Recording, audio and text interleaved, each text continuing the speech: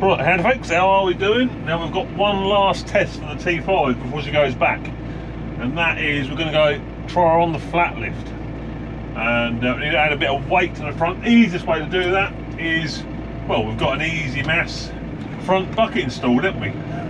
Which is essentially just just a bucket. So all we need to do is scoop up some of this nice hardcore, just take it down a few gears.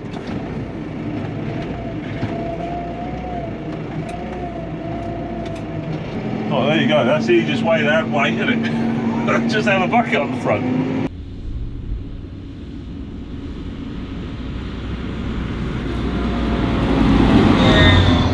Right, so let's get us set up for field work.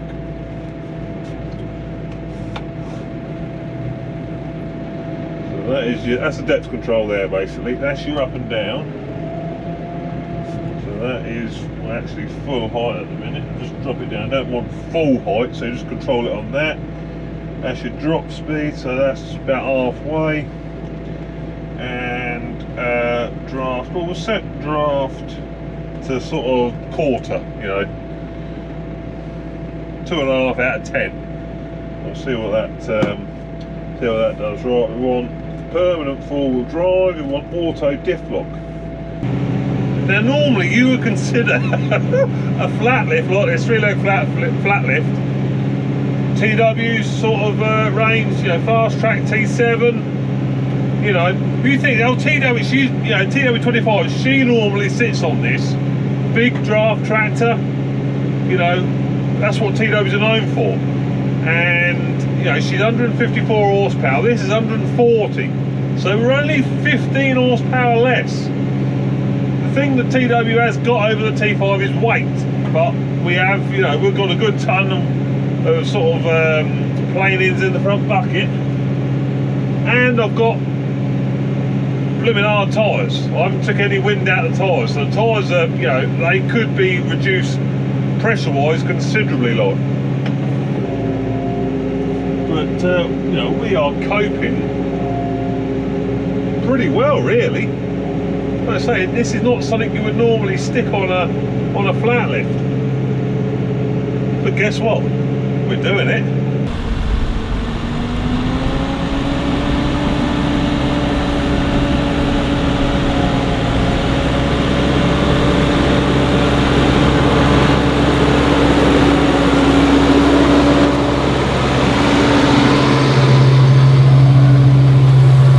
And we're doing it up a tram line as well.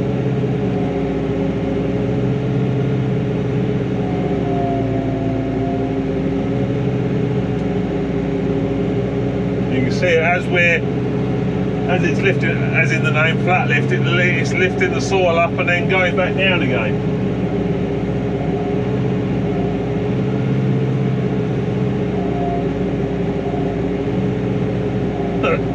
It just goes to show you, doesn't you? You don't need 200 horsepower. What we're doing? We're doing 3 miles an hour, 5k, quite acceptable.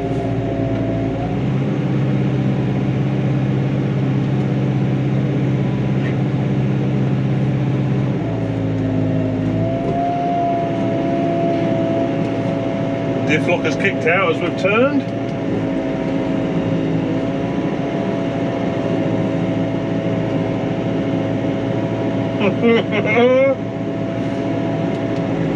I mean, I did have a good inkling that she'd be able to pull it.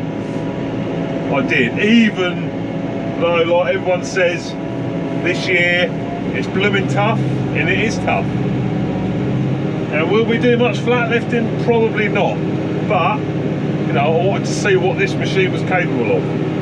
You know, we're testing it sort of bale stacking, carting bales, carting corn, sort of manoeuvrability around the yard, but we hadn't tested any sort of, you know, in doing any draft work. Well, proof is in the pudding, isn't it?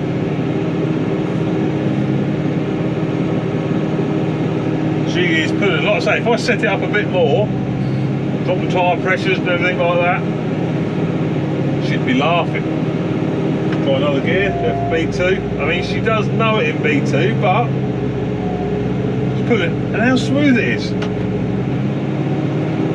V1, you cannot, even under this sort of load, and it's under a lot of load, let me tell you, you cannot feel that change.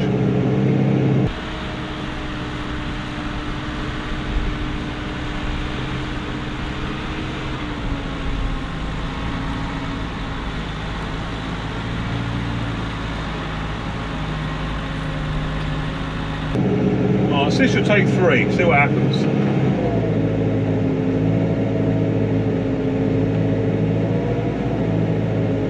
She don't particularly like it, but she's taking it. She's hovering at 1500, she's going to die.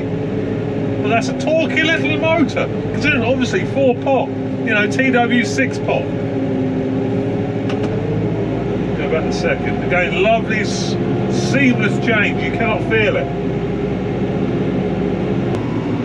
It just goes to show you really what these little, I say little, modern tractors are capable of.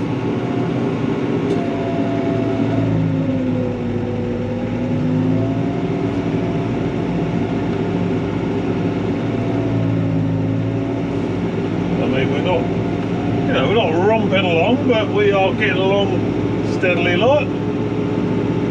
To be honest, I wouldn't expect to be going a huge amount faster in the TW.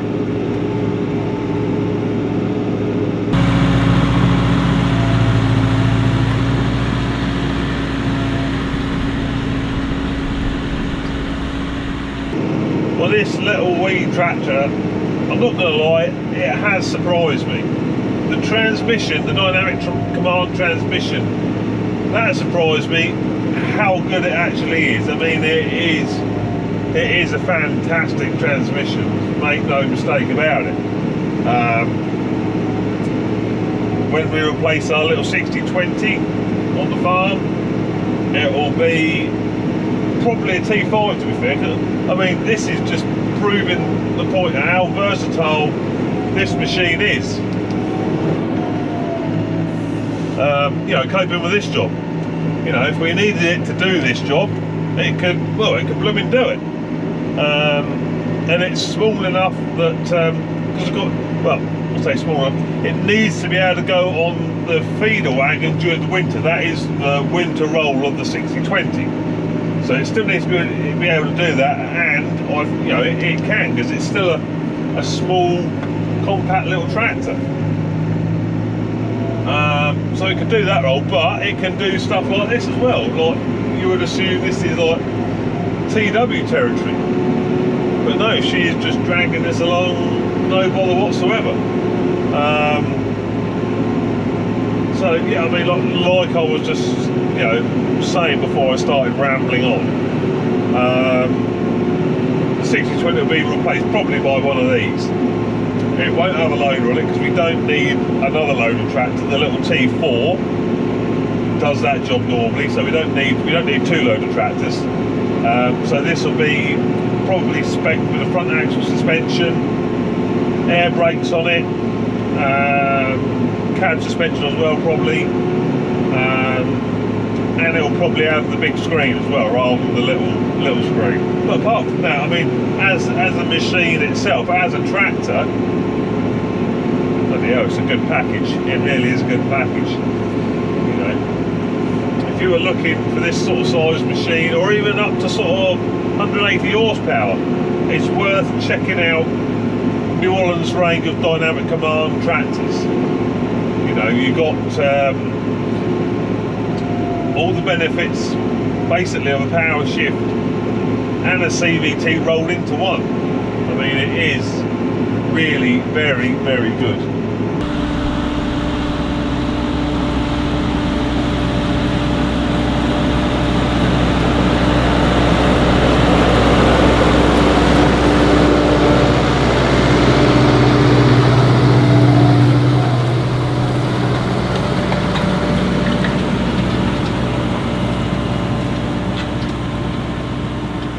There was a comment on the first video I'd done on the T5, I forget who the commenter was, but they wanted to know what the slower speed was, like for hedge cutting, that sort of thing. Now I'm in A1, which is bottom gear. I'm at 1500 revs, which is about where we'd run our hedge cutter in 540 Eco. and we are doing 1.1 miles an hour. I'll drop it a bit further to, I think it's about 1200, which is about there, which is where our hedge cutter would work in 1000 speed, and we're doing 0.9 of a mile an hour now. So it does go pretty slow, basically, to answer your question. Of course, that is a consideration that you need to know as well, because sometimes you do need to go slow. So if we take it up to 1900 revs, which is there, we are doing 1.4 miles an hour. So that is like full 540 speed PTO, which, if you look to the side, that's pretty slow. That's pretty slow. So to answer that question, it is slow enough to do hedge cutting with.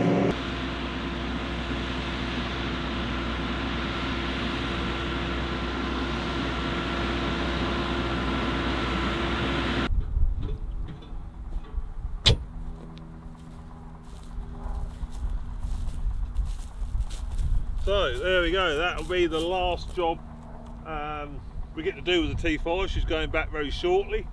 I'll say thanks to New Holland and Dave Redmond at New Holland for leaving it with me for such a long time.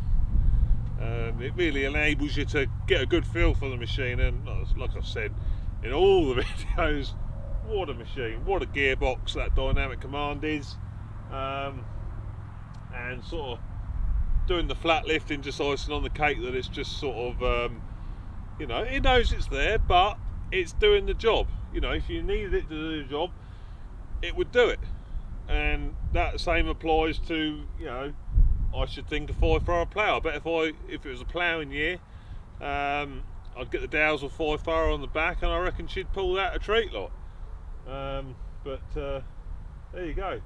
It's a shame she's off, but I've got a sneaky suspicion we might see something very similar in the next few years, So anyway, hope you enjoyed that series of videos, and I'll see you on the next one. Ta-ta!